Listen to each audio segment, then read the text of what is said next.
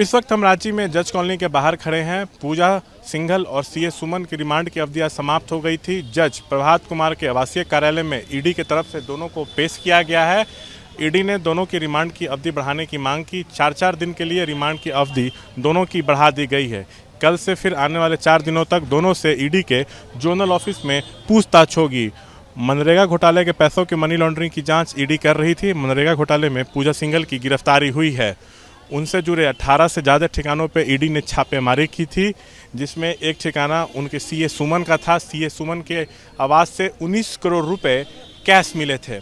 ED से पूछताछ के दौरान सीए सुमन ने स्वीकार किया है कि इसमें से अधिकांश रुपए पूजा सिंघल के थे, जो उसने अलग अलग जिला खनन अधिकारियों से रिसीव किए थे और पूजा सिंघल के जरिए ये रुपए जो हैं बड़े लोगों में पहुंचने थे। ये स्वीकार सीए सुमन ने किया है।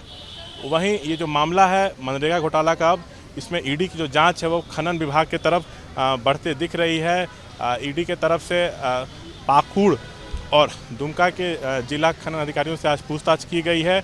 वहीं सीए सुमन ने यह भी स्वीकार किया था कि उसने पूजा सिंघल के कहने पे 3 करोड़ रुपए कैश अभिषेक झा, जो उनके पति हैं पूजा सिंघल के, उनके जो अस्पताल है पल्स, उसके ज़मीन के लिए एक नामी बिल्डर को दिया था। वहीं ईडी ने पूजा सिंघल के पति अभिषेक झा के पल्स अस्पताल में भी छापेमारी की, जहां से 20 से ज़्यादा सेल कंपनियों की जानकारी मिली, जिसके जरिए काले धन को सफ़ेद किया जाता है।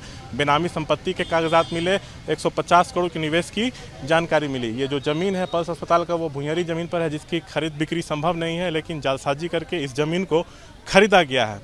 वहीं इस अस्पताल के निर्माण में और इस अस्पताल के इक्विपमेंट्स पे दोनों मिलाकर 100 करोड़ रुपये खर्च हुए हैं, जिसमें संदिग्ध निवेश की बात सामने आ रही है।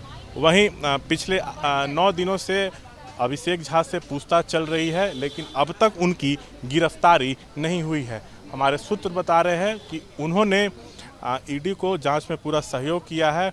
उनके अस्पताल में जो निवेश संबंधी दस्तावेज हैं, उन्होंने ईडी को ये भी मुहैया कराया है। कहा जा रहा है कि ये जो अस्पताल है, इसमें पूजा सिंघल की काली कमाई लगी हुई है।